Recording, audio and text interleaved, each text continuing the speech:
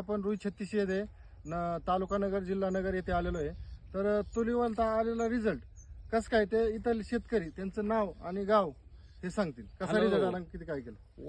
वडगाव तांदळी कैलास रंगसिंग ही तूर साधारण माझ्या हिशोबाने आता एकच फवारणी केली.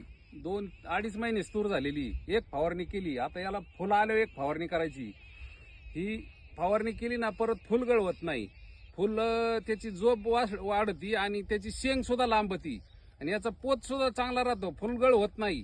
आणि आता ह्या 2 फवारण्या केल्या ना आता तुम्ही तुरीचा रिझल्ट शेवट बघा. तुम्हाला उतार कोणत्याला जादा पडतो. तुम्ही एखादी काकरी सोडून द्या.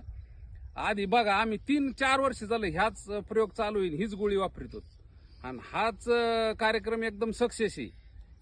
शेतीसाठी आपण अॅग्रो बुस्टरच नॅनो बुस्टरच गोळी वापरली पाहिजे आणि याचा रिझल्ट बी घेतला पाहिजे. आणि रिझल्ट घेतल्या मग तुम्ही बघा ज्यांनी घेतलाय त्यांनी. आता मी 4-5 वर्ष झाला हा रिझल्ट घेतोय. कांद्याला घेतलंय, तुरीला घेतलंय, सोयाबीनला घेतलंय, उडदाला सुद्धा घेतलं होतं. मला एकरी 10 क्विंटल उडीद झालाय. पाहू शकता त्याच्यामुळे हा रिझल्ट एकच नंबर आहे. तूर बी बघा तुम्ही कशी आहे. त्यांनी स्वतः येऊन इथं बघितलंय त्यांनी. आता तुरीचा फुटवा असेल, हा काळोखी असेल, हाईट असेल, जबरदस्त काळोखी, असा तुरीला रिझल्ट आहे. हा पाहू शकताय तुम्ही हा आपण plot असा मध्ये. अख्खा प्लॉट बघू. 3 एकरचा प्लॉट आहे हा. 3 एकराचा पूर्ण प्लॉट आहे हा. आणि मधल्या सरी मधलं अंतर किती आहे? 5 फूट आहे. 5 फूट अंतर तुम्ही पाहू शकता. पूर्ण झाकलेलं आहे. 5 फूट जवळपास अंतर. पॅक होत आलेला आहे. पूर्ण अंतर पॅक झालेलं आहे.